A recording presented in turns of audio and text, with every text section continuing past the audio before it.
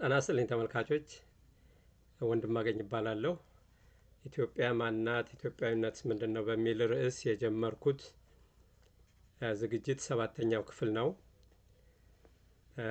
ባለፈው በ6ኛው ክፍል ላይ ይሄ አሁን ያለው መገዳደል፣ እልቂት፣ የእርስ በርስ ጦርነት፣ ዘረኝነት እና ጥላቻ ትናንት የመጣ እንዳልሆነ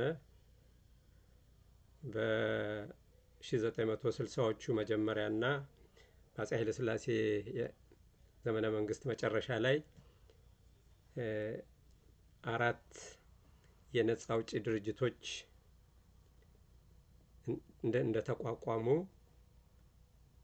እነሱም የኤርትራ ነጻ አውጪ ድርጅት፣ የኦሮሞ ነጻ አውጪ ድርጅት፣ የትግራይ ነጻ አውጪ ድርጅት እና የኦጋዴን ነጻ አውጪ ድርጅት ተብለው በአንድ ሰሞን አካባቢ እንደተደራጁ እንግዲህ እነዚህን ድርጅቶች በተወሰኑ ወጣቶች ነው የተጀመረው። 5ም 10ም እየሆኑ ከዩኒቨርሲቲም ከትምህርት ቤትም ከገጠርም ተሰባስበው የኤርትራ ነጻ አውጪ ድርጅት ወደ ሳህል በረሃ፣ የትግራይ ነጻ አውጪ ድርጅት ወደ ደደቢት፣ የኦሮሞ ነጻ አውጪ ድርጅት ወደ ባሌ ተራሮች እና ወደ አርሲ፣ የኦጋዴን ነጻ አውጪ ድርጅት ደግሞ ወደ ኦጋዴን በረሃ ወጡ ለትግል። በእርግጥ በጊዜው በደል ሊኖር ይችላል። በደል የለም አይደለም። ግን እንዴት እነዚህ 4 ድርጅቶች በተመሳሳይ ወቅት ሊደራጁ ቻሉ? ከጀርባቸው ማን ቢኖር ነው በሚል ነበር ባለፈው ያቆምኩትና በእርግጥ ኢትዮጵያን በጦርነት የሞከሯት እና የተሸነፉ ሀገሮች በርካቶች ናቸው። የኦቶማን ቱርክ በ1832 እንደ ፈረንጆች አቆጣጠር ጦርነት ሞክረው ተሸንፈው ሄደዋል። የግብጽ ጦርም እንዲሁ በ1874 ለጦርነት መጥተው ተሸንፈው ሄደዋል። ማሃዲስቶች በ1881 ጣሊያን ድርቡሽ እያለ የሶማሊያ ጦርነት እያለ ብዙ የውጭ ጦርነቶች ተካሂደዋል። ግን ሁሉም ተሸንፈው ነው ሄዱ። እነዚህ የተሸነፉ ሀገሮች ዝም ብለው ይቀመጣሉ ማለት አይደለም። በዋናነት ግብጽ ከኢትዮጵያ ጋር የተሳሰረ የአባይ ወንዝ ጥቅም አላት። ለነገሩ እንደው እንደ ሀገር እንደ ሕዝብ እግዚአብሔርንም ኢትዮጵያንም ማመስገን የነበረባቸው ግብጾች ነበሩ። ያለምንም ከልካይ ከግማሽ ምዕተ ዓመት በላይ የአባይን ውሃ እንደፈለጋቸው የተጠቀሙ እነሱ ነበሩ። ግን ያ አልሆነም። ታዲያ ማን ነው እነዚህን ሰዎች ያደራጃቸው? ምንስ ተካሄደ የሚለውን እንግዲህ እሱን ለማንሳት ሞክራለሁ። ከዛ በፊት ግን የሙዚቃው ንጉስ ነፍሱን ይማር ጥላሁን ገሰሰ አጥንት የሚከስከሽ ብሎ በእንባ እየታጠበ ያዜመላትን ዜማና ታዘብ አራጋው የተባሉ ሰው አንቺ ግን ማነሽ እያሉ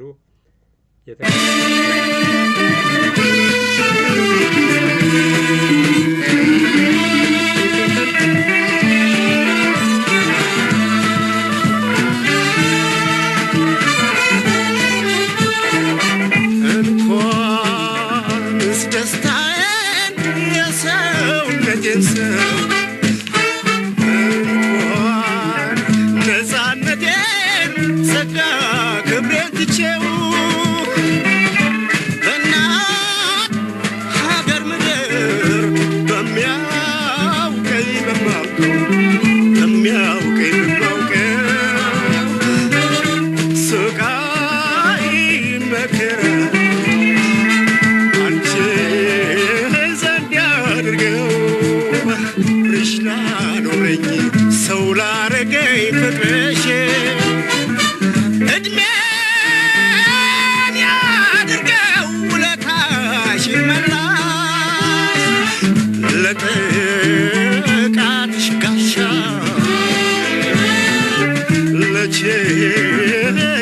ለችግርሽ ደራ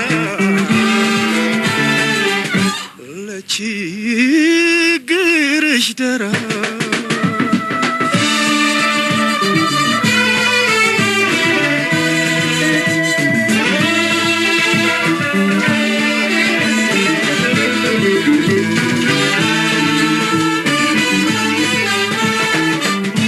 እንኳንስ ደስታዬን የሰውነቴን ሰው እንኳን ነፃነቴን ጸጋ ክብሬን ትቼው በእናት ሀገር ፍቅር በሚያውቀኝ በማውቀው ስቃይ መከራዬን አንቺ ዘንድ ያድርገው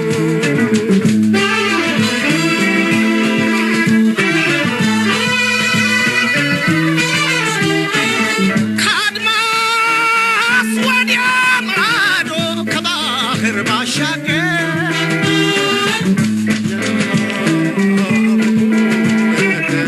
እንዲያምርብኝ ባገር እናት ዓለም ቱትሽ ታሪክ ምድርሽ ይጥራኝ አደራሽን ይዤ ላይነ ስጋሽ ያብቃኝ ላይነ ስጋሽ ያብቃኝ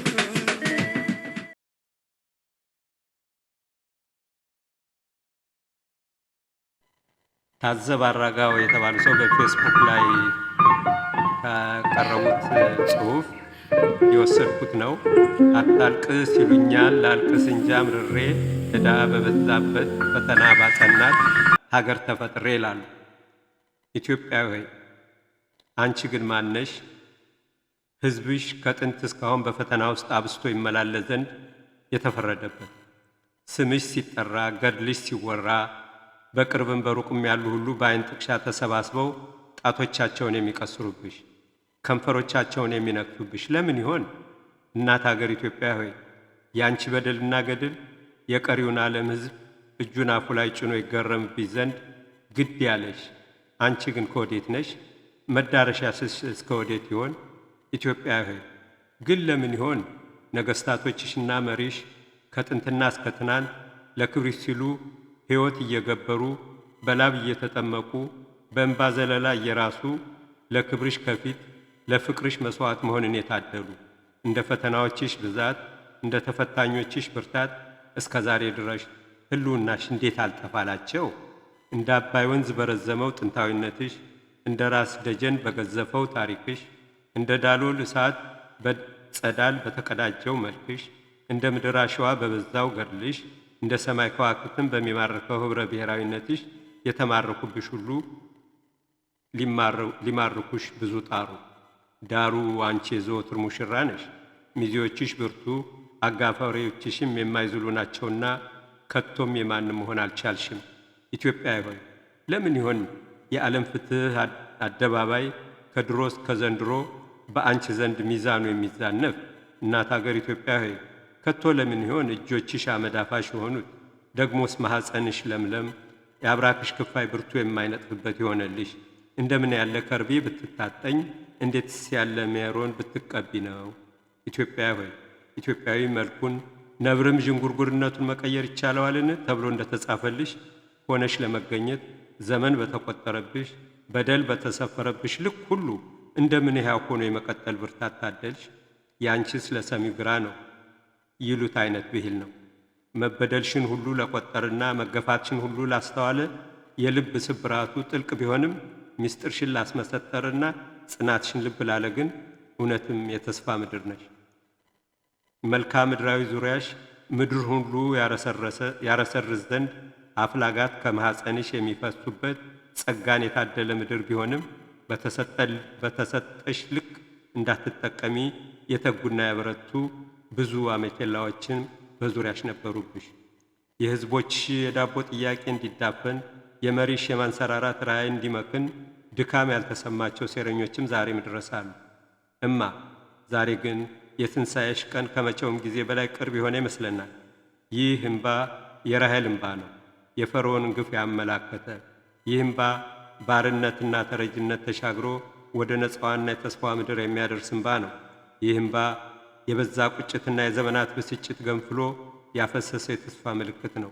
በዚህ እንባ የትናንቷ ኢትዮጵያ ውጣ ውረድ ታጥቦ የነገዋ ኢትዮጵያ ተስፋ የታየበት ነው። በዚህ እንባ አያሌ ክፋት፣ ብርቱ መጓተት፣ እልህ አስጨራሽ ትግልና አንጸባራቂ ድል ጎልተው ታይተዋል። ከዚህ ድልና ስኬት ጀርባ ከጸጥታው ምክር ቤት እስከ አፍሪካ ህብረት፣ ከሀያላን ሀገራት እስከ ቅርብ ጎረቤት በበጎም በክፉም የትናንቷ ኢትዮጵያ ብዙዎችን ታዝባለች። ነገር ግን እንደ ትናንቱ እንደማይሆን ልጆችሽ ፍጹም እርግጠኞች ነን። ኢትዮጵያ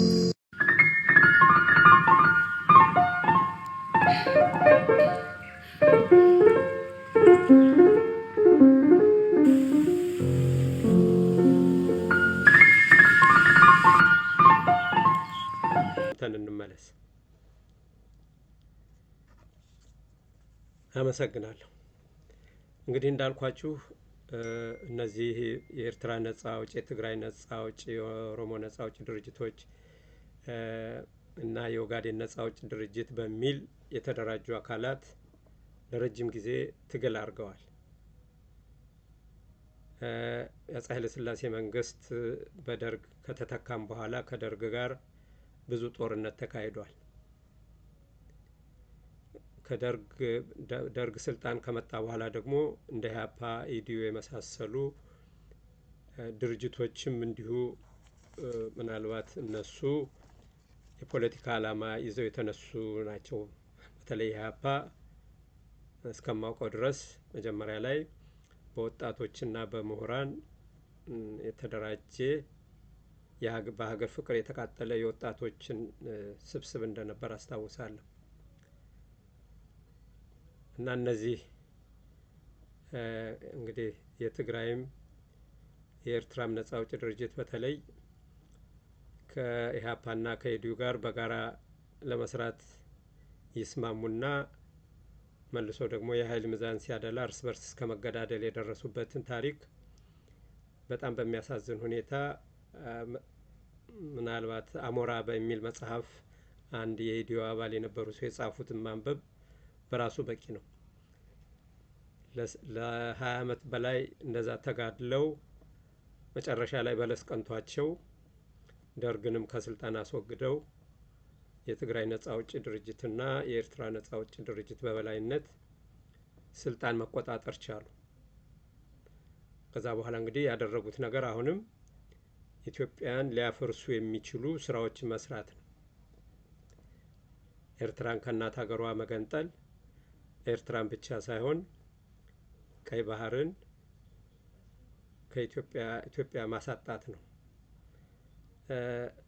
የስራ አጋጣሚ ሆኖ በአሰብም በኩል በምጽዋም በኩል ቀይ ባህርን አይቸው ነበር። የኢትዮጵያ ልብሷ ነበር፣ የኢትዮጵያ መልኳ ነበር ቀይ ባህር። የኢትዮጵያ ትንፋሿ መተንፈሻዋ ነበር እና ያን እንድታጣና ያደረጉት። እሱን በሚመለከት አንድ ጋዜጠኛ አንድ ውይይት እዚህ ጋር አስቀምጥላቸዋለሁ፣ እንዴት አድርገው ለምን ቀይ ባህርን ማሳጣት እንደፈለጉ የሚገልጽ። ሌላው ደግሞ ባንዲራዋን ነው፣ አርማዋ ነው። ኢትዮጵያ የምትታወቅበትን አርማ ነው። ከኢትዮጵያ አልፎ የአፍሪካ ሀገሮች የሚኮሩበት ባንዲራ ነው። እሱንም እንዲሁ መቀየር ነበረባቸው። ከዛ ኢትዮጵያዊ ነኝ የሚለውን አካል ደግሞ ፈልጎ ማስከፋት ነበር፣ ማስቆጣት ነበረባቸው እና ህወሓት ወይም ወያኔ ወደ ስልጣን እንደመጣ ያደረገው ምንድን ነው እንግዲህ ከማን ጋር ተባብሮ ይሁን ብቻ በዛን ጊዜ የተፈጸመው በደል ምንድን ነው? በአርባ ጉጉ በበደኖ አማራ የተባሉትን ንጹሃን ምንም የማያውቁ ገበሬዎችን፣ ሰራተኞችን በግፍ ነበር የተገደሉት። ከዛ ደግሞ በአሰቦት ገዳም የነበሩ መነኮሳትን ነበር የታረዱት። ይሄ ሁሉ የሆነው ምንድን ነው? አማራ ነኝ የሚል ስላልነበር ኢትዮጵያዊ ነኝ ብሎ በራሱ በኢትዮጵያዊነቱ የሚኮራውን ህዝብ አንገት ማስደፋት ነው፣ እንዲቆጣ ማድረግ ነው። ስለዚህ ሁለት ኃይል አከርካሪ መሰበር የነበረባቸው ኃይሎች ነበሩ። እንደው መጨረሻ ላይ አማራንና ኦርቶዶክስን አከርካሪ ሰበርን ያሉ አንድ አዛውንት ነበሩ። ያ ነው እንግዲህ ያ እንደዛ እንደሆነ አማራ አለ የለም የሚል ደግሞ ውይይት የዚሁ የህወሓቱ መሪ እና ፕሮፌሰር መስፍን ወልደማርያምን ለሰው ልጅ መብት ተሟጋች ለኢትዮጵያ እና ለኢትዮጵያዊነት ተሟጋች የነበሩትን ጉምቱ ሰው እና ፕሮፌሰር እንድሪያስ ሸቴን በቴሌቪዥን አቅርበው ሶስቱ ክርክር ነበር። አማራ አለ የለም የሚል። ፕሮፌሰር መስፍን አማራ የሚባል ብሔር የለም፣ አማራ ነኝ የሚል የወሎም የጎንደር የጎጃም የሸዋ ሰው የለም፣ አማራ የሚለውን እንደ ሃይማኖት ነው መጠሪያ የሚያደርገው፣ እኔ አማራ እስላም በሚል ነው የሚል ክርክር ተነሳ። በኋላ መስፍን አማራ የለም ብሎ አለ የሚል ውዝግብ ተፈጠረ። ከዛ ጋራ ሙለታና የበደኖ ጭፍጨፋ አስመልክቶ እነ ፕሮፌሰር አስራት ወልደየስ ደግሞ ይህን ህዝብ እንዴት እናድርገው፣ ተቆርቋሪ ያጣ ህዝብ ሆነ፣ ምን እናድርግ ብለው መላው አማራ ህዝብ ድርጅት የሚል አቋቋሙ እና ግድያ ይቆም የሚል የየራሳቸውን ትግል አደረጉ። ሰላማዊ ትግል እንደተባለው ግድያው ቆመ። አሁን እንግዲህ እኛ የአማራ ድርጅት የሚለውን ወደ ብሔራዊ ሀገር አቀፍ ፓርቲ ማድረግ እንፈልጋለን ሲባል አይሆንም፣ አማራንን ብላችሁ ካልተመዘገባችሁ አይቻልም ተባለ። በዛው ቀጠለ እና ይህ እንግዲህ አሁን የመሸርሸር ኢትዮጵያን ለማፍረስ መሰረቷን ምሰሶቿን የመናድ ነገር ነበር። ግን አልሆነም፣ እሱም አልሆነላቸውም። መጨረሻ ላይ በለውጥ ማዕበል ሳያስቡት አስማት በሚመስል መልክ ከስልጣን ተባረሩ። አሁን ነው እንደገና ሌላ ስራ መስራት ነበረባቸው። አማራውን ማስቆጣት ነበረባቸው። አማራ ነኝ ብሎ ብሔረተኛ እንዲሆን ማድረግ ነበረባቸው። እነሱ በዳይ ያሉት አሁን የተጠቂነት ስሜት እንዲሰማ ማድረግ ነበረባቸው። ለዚህ እንግዲህ አንዱ ኤርትራ በረሃ የነበሩ የኦነግ፣ የግንቦት ሰባት፣ የአርበኞች ግንባር እና የመሳሰሉት ወደ ሀገራችሁ ግቡ ሲባል የኦሮሞ ነጻ አውጪ ድርጅት ታጣቂዎችን በመቀሌ በኩል እንዲያልፉ አድርገው ቡራኬ ሰጥተው ወደ ወለጋ እንዲሸኙ ተደረገ ከነ መሳሪያቸው። አሁን ወለጋ አካባቢ አሁንም ልክ እንደ በደልነው ሁሉ በአማራው ላይ ጭፍጨፋ ተካሄደ። ያ እንግዲህ አሁን ማስቆጣት ነው አላማው፣ ማነሳሳት ነው። አሁን ይህን ለዚህ ደግሞ የግድ ሰው ማዘጋጀት ነበረባቸው። አማራውን የሚጠቅሙ መስለው የአማራ ህልውና የኦርቶዶክስ ህልውና ብለው መነሳት ነበረባቸው እና ሰው አይሙት ብሎ መታገል አግባብ ነው። አላግባብ መንግስት የዜጎቹን ሰላም ያስጠብቅ፣ በየአካባቢው የሚገደለው በማንነት የሚገደለው ግድያ ይቁም ብሎ ማለት ተገቢ ነው። ግን መጨረሻ ላይ የሆነው ምንድነው? መሳሪያ አንስቶ ያው ምንም አይነት ገዢ መሬት ሳይዙ በህዝቡ መሀል ሆኖ ጦርነት መክፈት ነው። ያ ነው ክፉ መጥፎ ያደረገው። ራሱ ህዝቡ እርስ በርሱ ተባልቶ እንዲያልቅ ታቅዶ የተሰራ ነው የሚመስለው። ከዛ ደግሞ ለኦርቶዶክስ ያሰቡ መስለው ኢትዮጵያ ኦርቶዶክስ ብቻ ናት የሚሉ የኦርቶዶክስ ልጅ የሚመስሉ ሰዎች መጡ። ሌሎች ሃይማኖቶች ጋር ሊያጋጭ የሚችል ትርክት ይዘው መጡ። አንዱ ደግሞ ይነሳና ኢትዮጵያ የሰራት አማራ ነው የሚል ደግሞ አዛውንት የሚመስሉ ሰዎች አሁንም ከሌላው ህዝብ ጋር ሊያጋጭ የሚችል ትርክት ይዘው መጡ። ይሄ ሁሉ በእውነት ለአማራውም ለኦርቶዶክሱም የሚጠቅም አይደለም። ዋናው ዓላማ ግን ከኢትዮጵያዊነቱ እንዲወጣ ለማድረግ ነው። እንደውም አንዳንድ ወጣቶች ጽሁፍ ሳይ እኔ ከኢትዮጵያ አንድነት የአማራ ህልውና ይበልጥብኛል የሚሉ ወጣቶች ጽሁፍ ሳይ የሚያስደነግጥ ነውና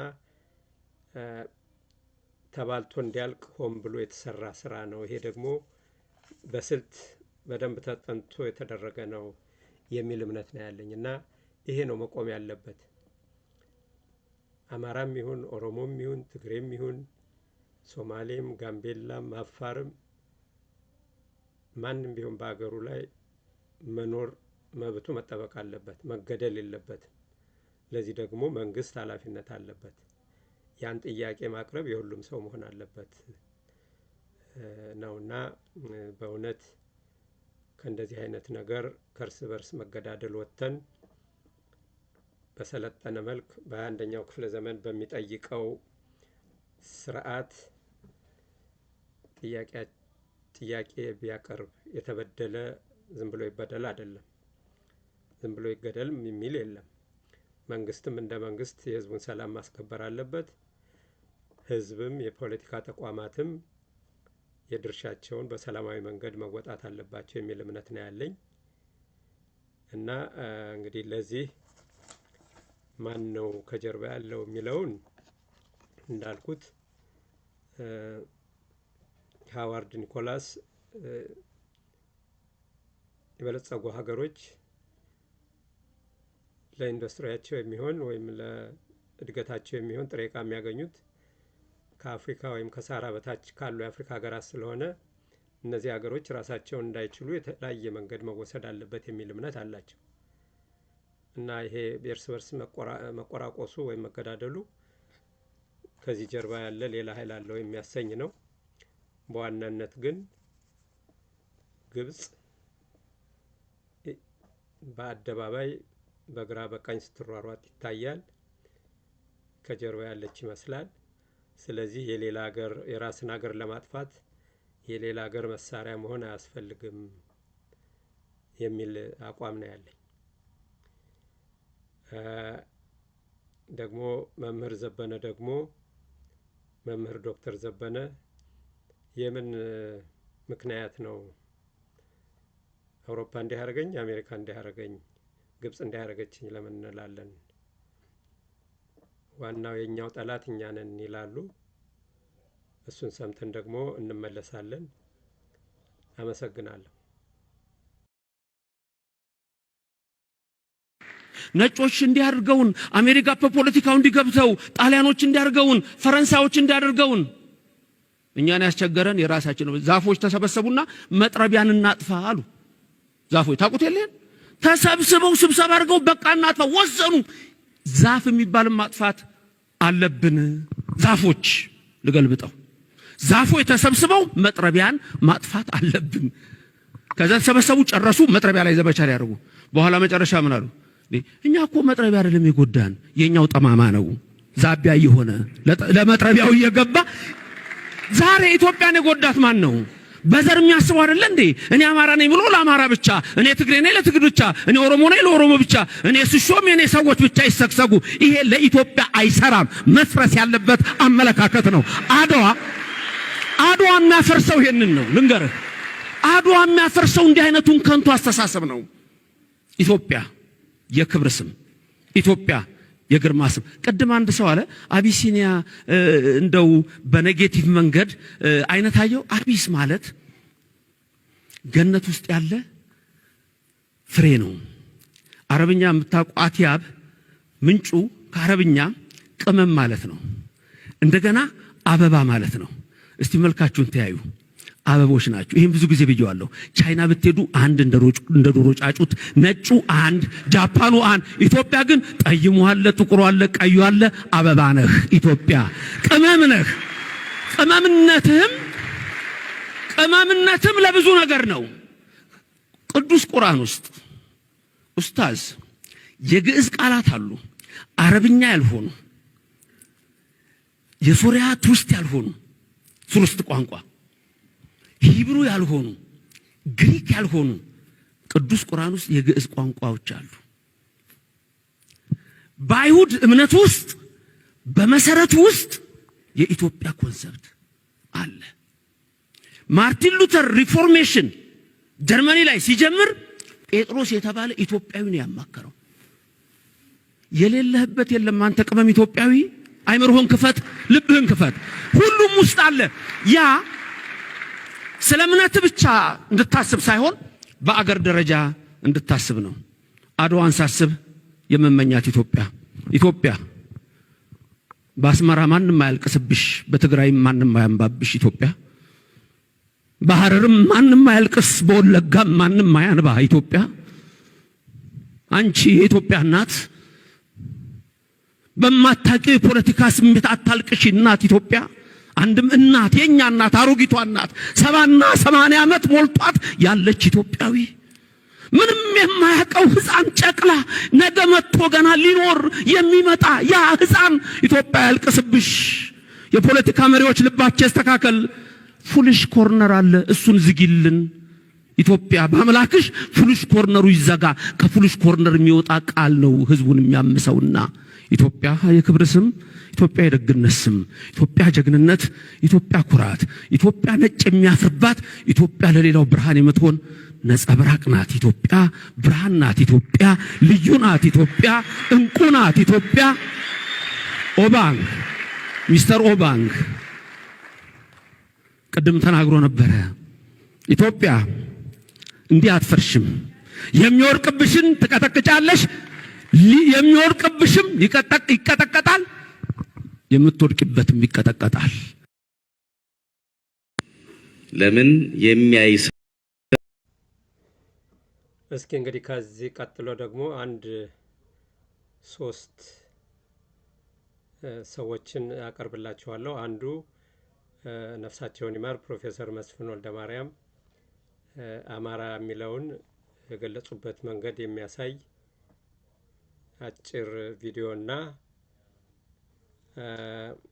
ጀነራል ካሳዬ ጨመዳ ስለ ባንዲራ፣ መምህርና ጋዜጠኛ አቶ ደረጀ ተክሌ ከአቶ በቀለ አመኑ ከጋዜጠኛ በቀለ አመኑ ጋር ያደረጓቸውን አጫጭር ውይይቶች፣ አንደኛ በዛን ጊዜ የውይይቱ ቪዲዮ ባይኖረኝም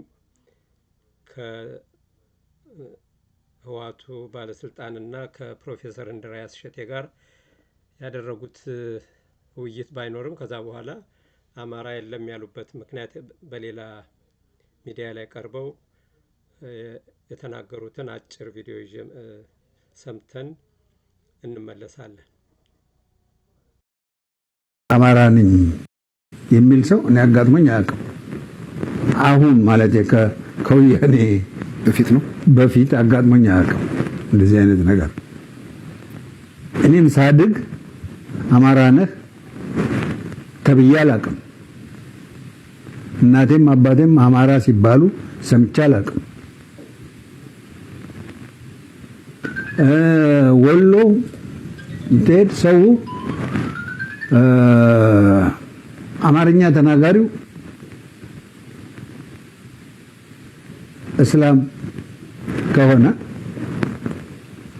እንደው አማራ ነው ወይ ብትለው አይደለሁም አይልህም። እንዴ አይደለሁም አይልህም። አይደለሁም ነው የሚለው። ይደነግጣል።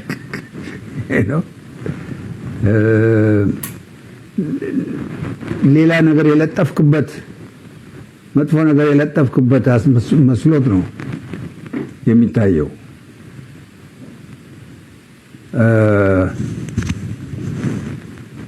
ጎንደርን ብትሄድ መንዝ ብትሄድ አንጾኪያ ያሉ እስላሞች መንዚዎች ናቸው፣ ግን አማራ የሚላቸው ማንም የለም። ነፍሳቸውን ይማርና ፕሮፌሰር መስፍን ወልደማርያም አሁን በሕይወት ኖረው የፋኖን ትግል ቢያዩ አማራ ነኝ የሚል ሙስሊም የለም ያሉትን ቃላቸውን ይወጡ አማራ የሚባል ብሔር አላውቅም ያሉበትን አንደበት ያጥፉ ነበር። አፈሩ ይቅለላቸውና እኛ ለሰማይ ለምድር የከበዱት ምሁር አሁን ላይ ተነስተው አማራ የሚባል ብሔር የለም ቢሉ ሺህ በግራቸው ሺህ በቀኛቸው ተሰልፈው ስለመኖሩ ምስክርነት ይሰጣቸው ነበር። እኛ ከጠቅላይ ሚኒስትር መለስና ከአማካሪያቸው እንድሪያስ እሸቴ ጋር አማራ የለም እያሉ ሽንጣቸውን ገትረው ሲከራከሩ የነበሩት የቀለም ቀንድ አሁን ያለውን ሁኔታ ምድር ላይ ቆይተው ቢያዩ ኖሮ ጎጃምና ጎንደር፣ ወሎና ሸዋ በማንነት ጥያቄ እሳት ሲለበለቡ ባስተዋሉ ነበር። የግብጽ ዓላማ ነው ማለት ግብጽ ኢትዮጵያ ወደብ አልባ እንድትሆን ትፈልጋለች ከድሮም። አንድ እሱ ብቻ አይደለም። ግብጽ አባይ ላይ የሚሰሩ ፕሮጀክቶች በሙሉ እንዳይኖሩ ትፈልጋለች። ትልቁ ፕሮጀክት በለስጣና ነው። ወያኔ ገባ ድምጥ ማጡን ያጠፋው ጣና በለስን እንዳላ ወደበው። ያ ጣና በለስ አሁን አቶ ጌዲዮን አስፋው እዚህ እንትኑ ላይ ህዳሴው ግድብ ላይ ያሉት ሰው እንደው ማን ሆነ ፕሮጀክት ሰርተዋል። ያ ግድብ ያ ነገር ቢኖር ኖሮ ሊጠቅም የሚችለውን ነገር እጅግ ዘመናዊ አስተዋጽኦ የነበረው የልማት ገጽ ነበር። ያንን ሆን ተብሎ ነው የወደመው በግብጽ ትእዛዝ። ለዚህ ደግሞ ማስረጃው ምንድነው? እሱ ብቻ አይደለም። ወደቡ ተዘጋ። ኤርትራ ለኢትዮጵያ ወደብ እንዲሰጥ ኢሳያስ ይፈልጋል፣ መለስ አይፈልግም። ለምን? ኢሳያስ ጥቅም አለው። ወደቡን ከተጠቀምን ለጅቡቲ ከምን ከፍለው ግማሹን እንኳን ምን ከፍል ለኤርትራ ትልቅ ጥቅም ነው። መሳሪያ ይገዛበታል የሚል ቋንቋ ይሰራል እንዴ? እኛ ለምን ከፍለው እሱ መሳሪያ አይደለም የፈለገውን ቢገዛበት እኛ ወደቡን ከተጠቀምን ጊዜ ድረስ ራሳችን መከላከል ማንችልበት ምንም ምክንያት የለም። ግን ወደቡን ብንጠቀም መሳሪያ ይገዛበታል በሚል የማይሆን እንትን ሌላውን አገር እንድንጠቅም ዛሬ ማነቆ ውስጥ ነው ያለነው። ዛሬ ጅቡቲ ኢብራሂም ጌሌ ኢትዮጵያ ሲመጣ አንድ ጊዜ ለጉብኝት ገደል የሚያክል በሬ የተጎተተ ከጀርባው የተወሰደ ታረደና ደሙን ተራምደው እንደዚህ ኢብራሂም ጌሌን እንደዛ ያደረግንለት የኛ ባለስልጣኖች እንደዛ ያደረጉት ሞኝ ያገኙ መስሏቸው ነው። ሲመለስ ምንድነው ወደቡን ሸጠው ኮንትራት ሰጠ። እነ ኳታር መጡና እጥፍ አደረጉት። እንከፍላለን። ዛሬም እጥፍ ቢያደርጉት እንከፍላለን። ማነቆ ውስጥ ነው የገባነው በራሳችን መንግስት ምክንያት ብቻ።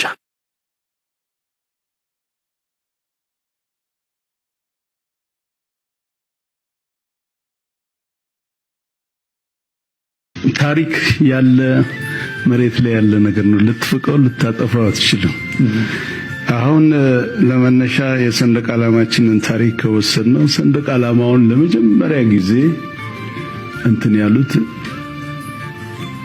አጼ ዮሐንስ ናቸው። አጼ ዮሐንስ ኢትዮጵያ ንጉሠ ነገሥት በነበሩበት ጊዜ አርማቸው አረንጓዴ፣ ቢጫ፣ ቀይ ምንም ሌላ ምልክት የሌለበት ይሄው ሰንደቅ ዓላማ ነው። የሥራ ቋንቋ መገልገያቸው በወቅቱ አማርኛ ነው። እሳቸው ትግሬ ናቸው፣ ግን በአማርኛ ነበር እንትን። ለምን? የኢትዮጵያ ንጉሠ ነገሥት ስለሆኑ የሚጠቀሙበት የሥራ ቋንቋ እንኳን አማርኛ ነበር። አጼ ምኒልክ ሲመጡ ይሄንኑ ሰንደቅ ዓላማ ብሔራዊ ሰንደቅ ዓላማ አድርጎ ነው የተጠቀሙት። አረንጓዴ፣ ቢጫ፣ ቀይ ምንም ነገር ሌላ ላውሌ የሌለ ቀጠለ። ታሪክ ነው የነበረውን አፋቁትም ቀጠለ። አጼ ኃይለ ሥላሴ መጡ። አጼ ኃይለ ሥላሴም እንደመጡ የኢትዮጵያ ብሔራዊ ሰንደቅ ዓላማ አረንጓዴ፣ ቢጫ፣ ቀይ ምንም ምልክት የሌለበት ነው። ግን ጃንሆይ የራሳቸውን የንጉሠ ነገሥቱ ሰንደቅ ዓላማ ላውሌ አርማ ያለው አሁን ዘውድ ያለው አይተህ እንደሆነ እሱን አደረጉት። ያ የንጉሠ ነገሥቱ ሰንደቅ ዓላማ ነው። ታችኛው ብሔራዊ ቤተ መንግስትን አይተው እንደሆነ ሁለት የሰንደቅ ዓላማ ፖሎች አሉ። በስተቀኙ ላይ ሁሌም የሚሰቀለው አረንጓዴ፣ ቢጫ፣ ቀይ ምንም ምልክት የሌለበት የኢትዮጵያ ብሔራዊ ሰንደቅ ዓላማ ነው። በስተግራ በኩል ፖሉ ላይ የሚወጣው የንጉሠ ነገሥቱ አርማ ያለበት ባለ እርገፍ ወርቃ ዘቦ ዙሪያው ያለው እሱ ይሰቀላል። ጃንሆይ ለጉብኝት ወደ ውጭ ሀገር ሲሄዱ ይሄኛው ሰንደቅ ዓላማ ይወርዳል፣ የሳቸው ምልክት ያለበት። በሚሄዱበት ሀገር መኪናቸው ላይ ትንሿ ሰንደቅ ዓላማ ዛሬ ትደረጋለች። እኛ አሁን ጃንሆይ አገር ውስጥ ያለ መኖራቸውን የምናውቀው ያ ሰንደቅ ዓላማ አንተ ጃንሆይ ለካ ውጭ ሄዷል ነበር። ደርግ ቀጠለ። በ1980 ዓመተ ምህረት ደርግም እንደዚሁ ነው የተጠቀመው። በ80 ዓመተ ምህረት ኢሰፓን ፎርም አፕ ካረገ በኋላ አዋጅ ቁጥር 3 ዝባር 80 በ1980 ዓመተ ምህረት አወጣ።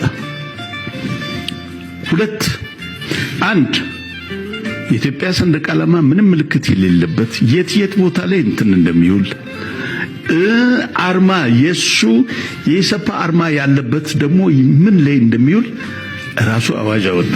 አነባለሁ። ለምሳሌ አርማ የሌለው ሰንደቅ ዓላማ አወጣጡ በሚኒስትሮች ምክር ቤት፣ በአካባቢ የስልጣን አካላት ጽፈት ቤቶች፣ በሚኒስትሮች መስሪያ ቤቶች፣ በፍርድ ቤት፣ በአቃቢ ሕግ መስሪያ ቤቶች፣ በሰርቶ አደር ቁጥጥር ኮሚቴ ጽፈት ቤቶች፣ በትምህርት ቤቶች፣ በህዝባዊ ድርጅቶች ጽፈት ቤት፣ በጦር ድርጅቶች፣ በፖሊስ፣ በጠረፍ ጥበቃ ተቋሞች፣ በሌሎችም የመስተዳደር አካላትና የፓርቲ ጽፈት ቤቶች አርማ የሌለው ሰንደቅ ዓላማ በየቀኑ ይወጣል። ህዝባዊ ነው። የህዝብ እንትን አርማ ያለው ሰንደቅ ዓላማ የት ይወጣል? አርማ ያለው ሰንደቅ ዓላማ እንደ ሁኔታው ከነመርገፉ የሚወጣው በሚከተሉት ስፍራዎች ይሆናል። ብሔራዊ ሸንጎ ስብሰባ ሲካሄድ በቅጥር ግቢው አደባባይ፣ በመንግስት ምክር ቤት ግቢ አደባባይ፣ ፕሬዝዳንቱ በከተማ ባለበት ቀናት በከተማ ባለበት ቀናትና በሪፐብሊኩ ፕሬዝዳንት ጽፈት ቤትና መኖሪያ ቤቶች ህንጻ ላይ እንትን ይላል። ይሄ ማለት ምንድነው? የኢትዮጵያ ብሔራዊ ሰንደቅ ዓላማ ከአፄ ዮሐንስ ጀምሮ እስከ እነዚህ መንግስታቶች ድረስ ያለው አረንጓዴ፣ ቢጫ፣ ቀይ ነው። አረንጓዴ፣ ቢጫ፣ ቀይ ሰንደቅ ዓላማ የኢትዮጵያ ብሔራዊ ሰንደቅ ዓላማ ስለነበረ ዶጋሌ፣ አሉላ ራሳቸው ዮሐንስም የተዋደቁበት፣ አድዋ ላይ ማጨው ላይ የኢትዮጵያ ህዝብ የተዋደቀበት ሰንደቅ ዓላማ ይሄ ነው። ማንንም አይወክልም። መንግስትን አይደለም የሚወክለው። የኢትዮጵያ ህዝብ ሆኖ ህዝቡ በዛ አምኖ በዛ አርማ በዛ ሰንደቅ ዓላማ ወጥቶ ለሱ ፍቅር ነው የተሰዋው። አባቴ የቆሰለው ለዛ ነው። እኔ የቆሰልኩበት ለዛ ነው። ወንድሞቼ ጓደኞቼ የሞቱት ለዛ ነው። ስርዓቶች ከመጡ አረጉት እኮ ጃኖ የራሳቸውን አርማ አረጉ። ግን የኢትዮጵያን ሰንደቅ ዓላማ አነኩትም። ብሔራዊነቱ ደርግ በአዋጅ አውጥቶ ይሄው ብሔራዊ ነው ያለ። ይሄ መጣና ምን አደረገ? እና ለክልሎች ምን አደረገ? በጃንሆይ ጊዜ ጠቅላይ ግዛት ይባላል፣ በደርግ ጊዜ አስተዳደር ይባላል። ማንም ሰንደቅ ዓላማ አልነበረው። አርማ ግን መያዝ ትችላለህ። በጃንሆይ ጊዜ አርማ ልስተ መከላከያ የራሱ አርማ አለ። አርማ ግን ከአንድ ቀለም ነው የሚወጣው። የራስን እንትላው ላይ ታረጋለህ። አየር ኃይል የራሱ አርማ አለው። ላይት ሰማያዊ አይነት ባህር ኃይል አለው። ፖሊስ አለው። ቀይ መስቀል አለው። ባንክ አለው። ቀለም የነበረው ባንክ አንድ ነበረ አለው። አርማ ማድረግ ትችላለህ። ሸንሸንና መከፋፈል ያቺን ብሔራዊ ስሜትን ለማጥፋት እንትን አረገ። ቀጥሎ መዝሙር አለ። እኛ የምናውቀው አንድ መዝሙር ነው። የኢትዮጵያ ህዝብ መዝሙር ሰንደቅ ዓላማው ሲወጣ በክብር ማንም ቆሞ መለዮን አንስቶ ሲወጣና ሲወርድ እንትን ይላል። ሐረር ለምሳሌ እኔ አካዳሚ ስማር የሶስተኛ ክፍለ ዘመን ሙዚቀኛ ሐሙስ ሰንደቅ ዓላማው መጀመሪያ ኦሜድላ ላይ የተሰቀለበት ቀን ነው። ሐሙስ ባንዱ ሁሉ ወጥቶ ከግዛት አውርዶ ማርሽ እንትን አድርጎ ነው የሚሄደው። ይሄን ያህል ክብር ያስፈልጋል። አንድነትን የምታነሳበት ነው፣ የምታጎለበትበት ነገር ነው። ማፍረስ ነገር ነው ተያዘ። መዝሙር አንድ ነው። ለባል ከክብር ወደ ጎጥ አትውረድ። እቺ ወደ ጎጥ መውረድ ዘረኝነትን ያስከተለች ነገር ነው። ክልሎች ሰንደቅ ዓላማ እኮ ምንድነው? አንድ ሰንደቅ ዓላማ ነው አንድ ሀገር ያላት። አርማ ልትሰጠው ትችላለህ። አርማ ምልክቱ ነው እንጂ ሰንደቅ ዓላማ ላይ ያው በኢትዮጵያዊነታቸው የገለጹበት መንገድ ስለሆነ እድሜና ጤና ይስጥልን ነው የምንለው። እና እንግዲህ ኢትዮጵያ በዚህም ቢሏት በዛ እንደተባለው ስሪቷ የጠበቀ ነው። ምሰሶቿም ጠንካሮች ናቸው። እንደሚፈልጉት ስለማትፈርስ ልጆቿ ግን መገዳደል የለባቸውም ነው ዋናው። መቆም አለበት። ምናልባት አንዳንዴ በየዋህነት መስሎን ትክክል መስሎን የምንደግፍ እንኖራለን። ግን መገዳደል ምንም ቢባል የምንም ነገር መፍትሄ ሊሆን አይችልም እና መገዳደል ይቆም ነው ድጋሚ እንግዲህ ጥሪያችን። ለዛ ደግሞ ሰሚ እንዳለ እንግዲህ እያወየን ነው። የበረሃ ላይ ጩኸት ብቻ እንዳልሆነ ለማየት ችያለሁ እና በጣም ደስ የሚል ነው። ሳምንት ደግሞ ምናልባት በእውነት የኢትዮጵያ ታሪክ ራሱን የቻለ ብዙ ሰፊ ውይይት የሚጠይቅ ነው። በእርግጥ ብዙዎች እንደሚሉት ምሁራን ጠልቀው የሚያውቁትም እንደሚሉት እንዲህ ከባህር ውሃ መጨለፍ ማለት ነውና ሰፊ ነው። ግን እንደው አንዳንዱ ታሪክ በጣም ድንቅ ስለሆነ በሚቀጥለው ዝግጅቴ የወዲት ጉዲትንና የግራኝ መሐመድን ከጦረኞች ከነገስታት ደግሞ የአጼ ገብረ መስቀል ታሪክ እና የአጼ ዘርዓ ያዕቆብ ታሪክን እንደው ራሱን የቻለ የሚገርም ታሪክ ስለሆነ ይዤ እመጣለሁ። አጼ ገብረ መስቀል እንግዲህ በ515 ከክርስቶስ ልደት በኋላ የነገሱ ንጉሠ ነገስት ናቸው። ግን በእሳቸው ዘመን ሁለት ሰዎችም አብረዋቸው አሉ። አንደኛው የድጓ ዜማ ደራሲው ቅዱስ ያሬድና ከተሰዓቱ ቅዱሳን ውስጥ አቡነ አረጋዊ በእሳቸው ዘመነ መንግስት የነበሩ ስለነበር ታሪካቸው የተያያዘ ስለሆነ የእሳቸውን አጼ ዘርዓ ያዕቆብ ደግሞ እንደ የሚገርም ታሪክ ያላቸው ናቸው። ብዙ ስራ የሰሩ ናቸውና እነሱን በተቻለ መጠን ለማቅረብ እሞክራለሁ እና ለዛሬው እንግዲህ ሳምንት እስክንገናኝ መልካም ሳምንት ለማለት ወዳለሁ። ደህና ሰንብቱ።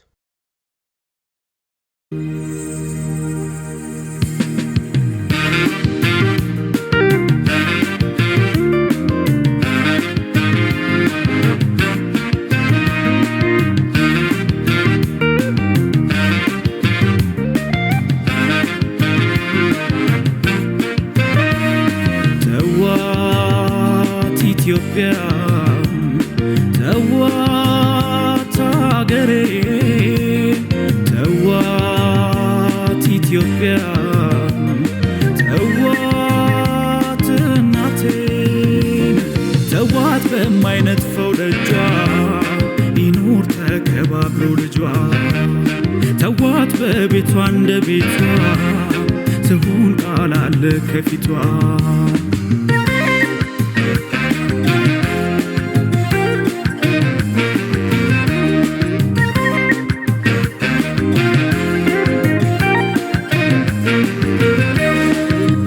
ዘመኔን ካድማስ መሳያ የልጅነቴን ሳቅ ትዝታ ማያ የወገኔን ፍቅር ተካፍሎ ማምሻዬን በደጋጎች ጸሎት ገነት መውረሻዬ የነካኩብኝ ቀን የትዕግስቷን ጽዋ እኔ ነኝ ያን ጊዜ ነበልባል ቁጣዋ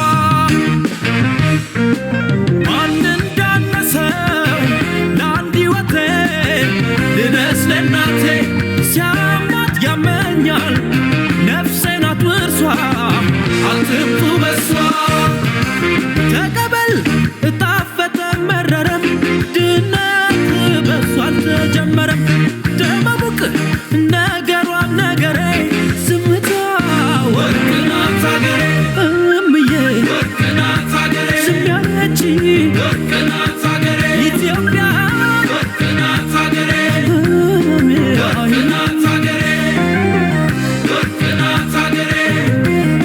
Look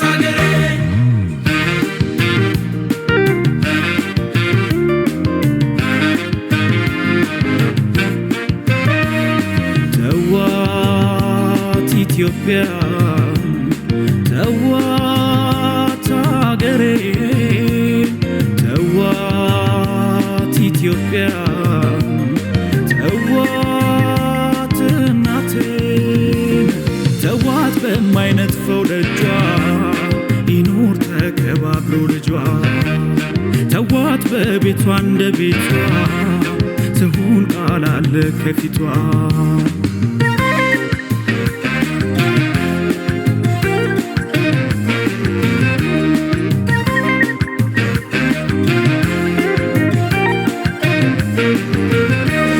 በአርበኞቿ ደም ከብሮ ዙሪያዋ ፍጥረተ ሚስጥራት ሆኖ ጸጋዋ ካየር ከነፋሷ ፍቅር ተፍለቅልቆ ከርቀት ሰንደቋ እየታየ ደምቆ ውበት ነፃነቷ በቅኔ ተዘርፎ የሚኖር ነው ገና የሚከበር ገዝፎ